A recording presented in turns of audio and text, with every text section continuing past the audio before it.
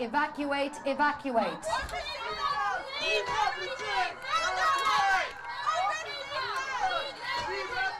This is not your ordinary cabin crew training. Here at the state-of-the-art Emirates Aviation College, new trainees undergo an intensive 7.5-week course where they are tested not just on theory and procedures, but putting their knowledge to practice.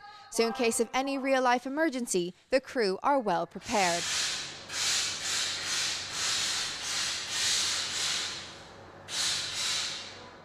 I think here at Emirates, incredibly well prepared. As you've seen, what we call the fidelity, the high fidelity of our evacuation trainers, they are real to life. We're very lucky that our shareholder, our owner, understands that if you're going to get the best in the air, you actually have to make sure that the people here on the ground have the best.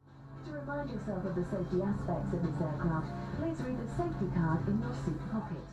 As passengers, when we fly, we can sit back, relax, and enjoy the ride. But for the crew on board who look after hundreds of passengers, it's not just about serving a hot meal, but being prepared for whatever happens at 40,000 feet. 5, 6, 7, 8, 9, 10, 28, 29, 30.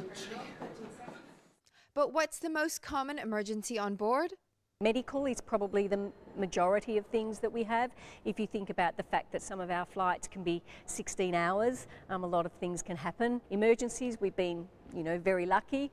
We have some things like rejected takeoffs and those sorts of things that many airlines have, but we really haven't had anything major. So the crew get to practice a lot of things that I hope and I know they will never ever have to deal with in real life. A 16-hour flight, 40,000 feet up in the air, changing time zones. Flying can be tough as a passenger, and it definitely isn't an easy job. But you'd never know by the number of worldwide applicants. In 2011, there were over 90,000 applicants, and only 4,000 were selected to join. Obviously the numbers we need is driven by the aircraft that we have coming. It's around about 5% who are actually successful.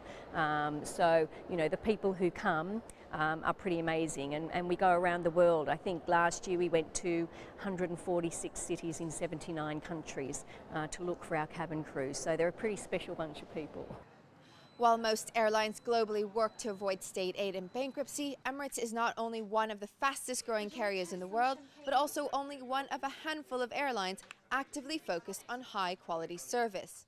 A lot of people, I don't believe, realise the depth of knowledge and skill that people need to become cabin crew.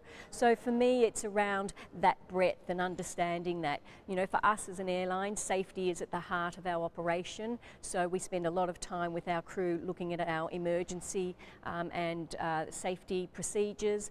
They get trained in image and uniform, as I've said. We've talked about medical, obviously cabin service training, so making sure that they're delivering our wonderful product. We have an amazing product on board the aircraft in terms of food and beverage, and of course that needs to be delivered with grace and elegance and a fabulous smile and really friendly. The signature red hat, impeccable uniform, and service with a smile, the Emirates flight attendant is unmistakable. But don't be fooled, these crew members are the products of a program that is almost as selective as Harvard. June Wrigley, Emirates 24/7.